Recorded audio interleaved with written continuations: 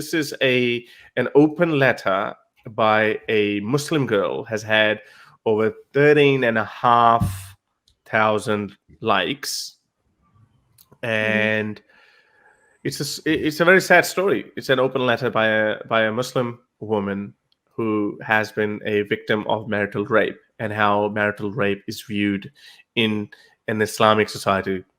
She's Pakistani, so let's go by that. Doesn't exist in Islam, yeah. But so I want you to read this, and we can go through this highlight.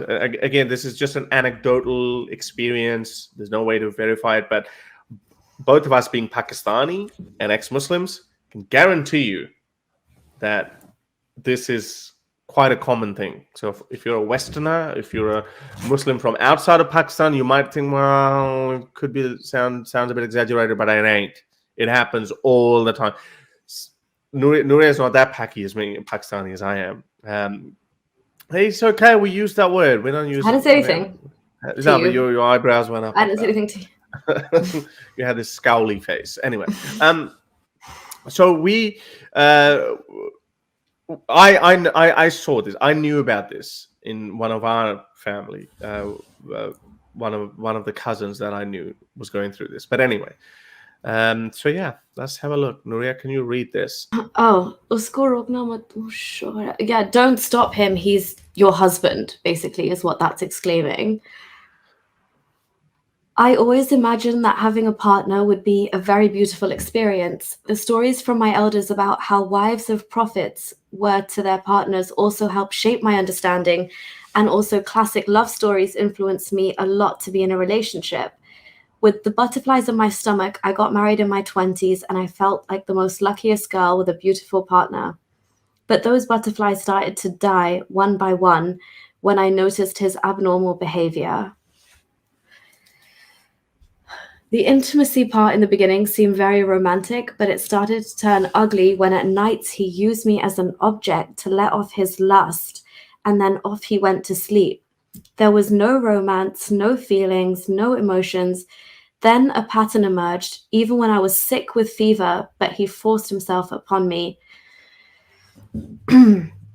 Little did he know that he was murdering my emotions every single day.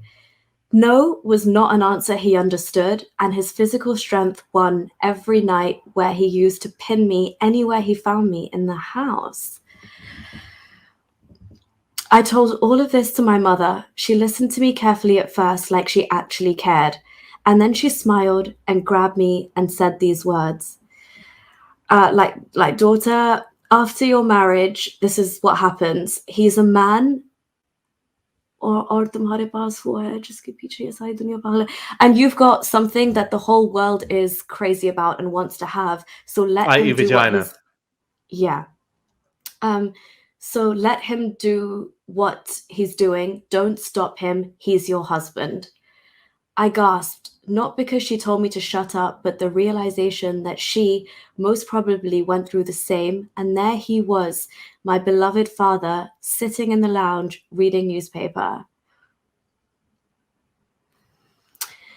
All those romantic feelings, those fantasies, that life I imagined with my partner was shredded to pieces. Even that one simple romantic gesture of him holding me from the back as I'm working turned into a distant dream. He did hold me, but for other purposes only. My family told me to be patient, as it was a trial of God, oh, for God's sakes. And I wondered, the God I read in Islam never tried others with violations, but told them to gather strength and fight for their rights. My family also told me that marital rape, does not exist in Islam, and I was a fool to overthink it. From forcing himself upon me, he came to beating me as well, and he enjoyed it very much. In an age where I deserved to feel love, I was carrying bruises, pain, and sickness. My family told me bluntly that they would not take me back if I try and get a divorce. I felt pity for my mother, but God saved me from becoming just like her in the name of patience and trials, and advising my future daughter the same sentence: he's your husband, don't stop him. When I went to the Qada board, the Islamic court of my community, the men sitting there listened to my story and very casually decided that marital rape does not exist in Islam, hence asking for khula, which is a court divorce in Pakistan, on these grounds is not valid. You can't even imagine how I contained my anger at those men at that time. But then I went on to say, but he hits me as well.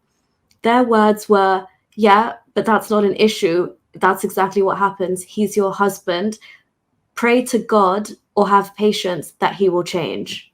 I wanted to shout at everyone and cry, but I only pleaded to God to ruin these men into the deepest plunders of hell. My experience led me to explore thousands of other women experiences who were stuck in their marriages because men on the board quoted these hadith and their family romanticized their traumas and torture with patience and trials of God. The only way was to report it to the authorities, and I did. I divorced him through the courts. My family abandoned me as I turned out to be the weakest in my iman, in my faith, and I did not have the patience while he raped me every night. The men of my community outcasted me like a witch, and that same Qada board declared me an apostate of not following the commandments of God and filing for divorce through courts. The beginning years were difficult, and I considered that my trial from God, but I succeeded, landed myself a job, became independent, learned religion and Quran so that no man could ever make me a fool again in terms of religion, and my daughters could learn from me about religion and not from these men. I have no hate for men after this experience because hate is a strong emotion, and I have no emotions left in me to experience. It is a sad story, but not with a sad ending. I am an independent, yes, it's a sad story, but not with a sad ending. I am an independent woman now, and yes, I still crave for that love that I imagined in my teens. And Bollywood has also really given us so much false hope, just putting it out there. That is, I blame Shah Rukh Khan and Veer Zara so much, so many unrealistic expectations. So yeah, screw you, Bollywood, for all of that. What was it? I still crave that love that I imagined in my teens, pure, caring, supportive, and I got it from God and from my friends, because all this life I was expecting this from one man, but you experienced the portions of it from different people, ladies. Those men of my community, as I found out later, were dishonored in life and died alone. God knows how many women's lives they ruined by their rulings, because I prayed day and night for their downfall. My mother now visits me sometimes and cries her guts out for recognizing it's too late. I am happy and I am evolving. To all those strong women out there, may you find strength to fight back these violations and evils. Oh my gosh. Is that the end? Yeah, but let's read some of the comments though, because they're so stupid. Well, no, God, this is going to piss me off. Okay, so this one, consent should always be the first priority. Okay, no shit. Genius. If we study Islam, this is Tahira, a female name. If we study Islam deeply and not drape it with cultural misogyny and patriarchal double standards, we find equity, we find peace, we find equality, a better and peaceful lifestyle for both the genders adorned with coexistence. Harris, can you just respond saying Surah Nisa? Just respond with that. Forget about Surah Nisa. Well, yeah, wife beating as well. Yeah, no, but that's just so stupid. Like, I mean, it's not worth my time. Sometimes I do that. She goes, when this guy says, agree with the peace part, but equality between men and women isn't a part of Islam. Hey, so someone is pretty straightforward. She goes, we are physiologically different, so there is equity to be specific. But here I am pointing out cerebral equality. Ooh, what does she mean by cerebral equality? Equality of the mind, which also does not exist in Islam. Okay, and equality because women are deficient. Yeah, women are deficient. Yeah, so there's an actual hadith which we have shared a few times, where women are deficient in 3 things. Yeah. Let me find that one. And also, just on the issue of consent as well, the fact that there always has to be consent. I actually saw this Pakistani woman speaking at a university about being a feminist and Muslim, and she was actually saying that consent, for example, in an Islamic marriage, the fact that you are married once the nikah is done, consent is therefore always implied. And I was talking to Apostate Aladdin about this, and I said, this is how basic you have to go back on the conversation level with these people and explain to them that consent is not something that is implied from a one-off situation that makes it a continuous occurring fact. Consent needs to be gauged every single time. And just because you're married to somebody does not mean that there's always a consent implied there. And their rationale to be a Muslim and a feminist is that obviously, because you can't deny your husband sex in Islam if he wants it, right? But their point was that, oh, unless he's asking you a ridiculous demand, for example, to have sex the day after you've given birth or something, and then he ruptures or rips you, then that's wrong. And that's the level that they would like take it at. Oh, And only it's like, then. hold Okay. on a second. You understand that when a woman doesn't want to have sex with her husband that night for Ruptures, whatever yeah. If reason, he ruptures, then it's a bit too much. Okay, yeah. That's not okay. Yeah, if he ruptures. So just to answer that point that she was saying, look at this one. So Islam specifically says that you are deficient in both intellect and in religion. yeah. Oh, women, give charity, for you are the majority of the people of the fire. A woman among them. So this is a little Nuria there is asking a question, challenging Oh, Muhammad's authority. please, no. No, yeah, that's a good question. He's going to give you such a horrible answer and make me still be a Muslim. Yeah, but you'd be like, oh, wow. Why is that? Oh, messenger of Allah. No, you wouldn't have said that. You would have said something else under your breath. Why He said, is that? Because of you. Yeah. Because of your cursing so much, meaning you're ungrateful towards your husbands. He said, and I have not seen any among those lacking in intellect and religion who are more difficult upon people processing reason and insight than you. A woman among them said, what is the deficiency of her intellect and religion? He said, the testimony of two women among you is like the testimony of a man. So that means you are stupid, basically.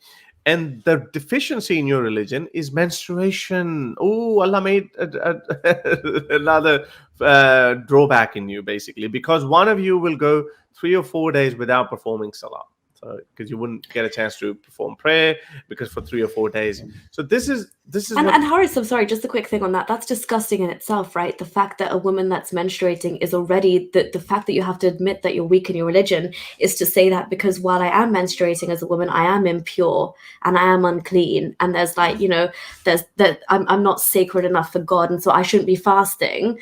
Which again, that guilt like plays on people, because I mean, for me, I always took it as like, oh, I get a break.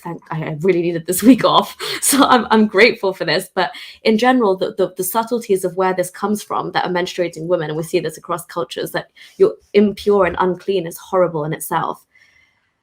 There you go. I'm responding to what you said. I'm putting this hadith there.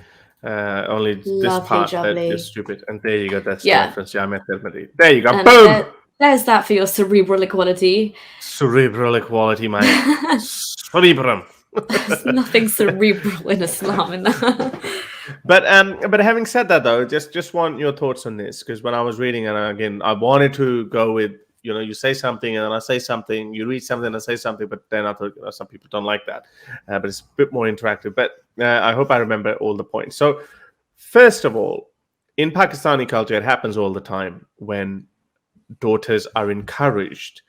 That there's a saying in Pakistani, and even in India, "Us ghar se teri laash hi wapas aani chahiye," meaning, oh my God, yeah, meaning only your dead body should return from that house, from the house of your husband. No matter what happens, this is it. You're going to live there forever. That is your responsibility. And that's what Hakikatu was referring to, that now with women empowerment, we now have higher divorce rates because women can say, well, you know what? Sorry, it's not working out. So get out. We're still not at that level, though. There's still, even in Western countries, we see a lot of domestic violence. So that is still a problem. The men haven't really evolved that much, but there are some modern men out there. But anyway, so we can only hope the next generation will be better. But anyway, so things are worse in Muslim countries, especially Pakistan. We shared the survey, how men and women view domestic violence. The video is actually going out in about 4 hours. Do check that out. How you worked for an NGO for women empowerment for a brief amount of time. Why do Pakistani women prefer domestic violence over divorce? Well, it's literally because of what you said, right? Like since day dot, since you're a little girl growing up, like this is enshrined in your head that, you'll get an education, but only up to the point that's like absolutely necessary. And after that, the biggest milestone in your life is ultimately, and they tie it in with you complete half your religion by doing this. And they further add fuel to this fire, where my dad always talks about this expression they had where you don't delay 3 things. And that's like burying a body when there's when somebody's died, or you don't waste time when there's hot food on the table, or you don't waste time when a girl is of marriageable age to get her married off. And this is the mentality that you're coming from. So the biggest milestone in your life is to have a husband, and then once you've ticked that box for them, it's like, why don't you have a child yet? Once you have a child and it's a girl, they're like, why don't you have a son yet? And you're just constantly trying to live up to these demands, and that becomes your entire life. But the unspoken assumption is, and I'm so grateful this is changing, that this story has given me so much hope, because obviously, like, women that have come through these situations from even countries like the way where I escaped from Dubai, that I still say was challenging, but not as challenging as trying to filter through this system and stand up for your rights in a country like Pakistan. I cannot imagine how intimidating it was for that woman being in front of this board and trying to ask for what we would assume is your basic rights, but we obviously know how Islam steal those rights away from women and has kind of enshrined horrible things like no marital rape. And the fact that she even had to go and do this, she was labeled a blasphemer or an apostate or whatever. So a woman fighting for her very right is, you're not just taking on your family that says only your dead body should come back from this house. You're taking on all the men of your family. You're taking on the institutions. You're taking on society. You're taking on the entire patriarchy, so to speak. Coupled with Islam on top of that, it is not easy. But I see this change now with our future generations, and hopefully, as you're saying, this intergenerational trauma, whatever it is, this view of whatever cards you're dealt in the marriage, you deal with it no matter what. Whether your husband is an alcoholic who beats you every night, whether he's got multiple mistresses, whether he doesn't go to work, whatever he's doing, whether he's a hardcore gambler, whatever the issue is, you deal with it. You do not hang your dirty laundry in public, and you keep quiet and you suck it up and you put your head down. You be a good wife, you be a good woman, and you raise your children. And now women are obviously they're fighting back, because this is not on anymore. And we have seen the past generations live through this and live in horribly abusive, one-sided, hateful marriages, where it's almost like just two people living under the same roof, but there's no real love or relationship there. And that obviously has an effect on, younger generation psyche as well. You don't see the bond of love in your parents or grandparents per se as you should, essentially. And you've seen them be in situations where they've been at the behest of men in their life, or they've not been able to do things because of men not giving them the ijazat, what's the approval to do it, permission to do it. Yeah. So, but again, we're fighting back now. I see that authorization is probably the right word, because that's how I see it. Yeah. It's authorization. Well, I was telling Apostate Aladdin as well, even in these normal countries you think is so progressive, right? Like when I was in Dubai and I wanted to work, my dad had to write a letter to the government saying, I give my daughter Nouria Khan permission to work. And then even then, whatever you're doing at the same time, when I was married as well, I wanted to get a job, my ex-husband had to write permission, and still in your passport they had stamped housewife. And I'm like, I'm getting this job with my credentials from my education. You're calling me a housewife and you're asking permission from the men. This is Dubai, yeah. So this runs deep. It really does. In some cases, Dubai is really backwards. Non-objection from your dad or your brother or your husband, whoever's your keeper, your guardian. See, in some cases, Dubai is really bad. Yeah, we this letter we shared that from Pakistan. That's a societal issue, but not really a legal issue, because in Pakistan you don't need a guardian. No, khula is still a pretty bad feature. That touched on that as well. So those of you who don't know, so in Islam, and especially in other countries as well, you allow, Pakistan has a loophole in that, and they've exploited that. You showed that to us, how they cross it out, that a woman can the divorce clauses. The Pakistani legal system actually allows the woman to be able to divorce him, but Islamically you're not allowed. So the cleric, what's the word? Yeah, so the cleric who marries you, he crosses that part out voluntarily, but the girl didn't even ask the girl. But anyway, so he a man can divorce a woman anytime he wants, but a woman has to go through the court. But there was a happy ending at the end. Looked good to see that mum turned around. But I think what really got me was the part when she realized, when she confided to her mother, and mother said, "It's okay. You have something that the whole world wants, really, and just put up with it. Just be patient. Patient. I think what the mother meant by that was the fact that you have a husband. Like everyone wants a family, you know. Like you should be happy Nah, you're married and happy. I don't think that's what she meant. Didn't think it was really about the vagina, but maybe you're right. I I don't know. think We it did. infer it I think she meant. differently. Yeah. Yeah, she meant that this is what everyone wants, so you give it to him. I've heard. I don't want to talk who in my relationship, like in our family, Yeah, no, older don't show ladies. personal They, stuff if they it's. they they do talk about it. They say, like, that's the job. That's how you control a man. You do this. These are like a proper village women Oh yeah, kind of thing. in some Omani traditions, the night Yeah. before your wedding, they actually the elderly women in the like household, they come and they give you tips on how you can control and get what you want from your husband by Uh, like doing what you do basically. They actually give a proper pep talk on like how to have your husband like wrapped around your finger kind of thing. So anyway, and so this is what I meant. This is what I thought that she meant by. But the real moment was she realized that this girl who wrote the story. She realized, oh, my mother must have put up with the same thing. Now she's looking at her dad sitting reading newspapers, like, you dirty mofo, you did the same thing, and it's quite possible he did. Imagine that all of a sudden, daddy's just turned out to be some evil sex maniac. You just That's a realize that horrible thought to this is think.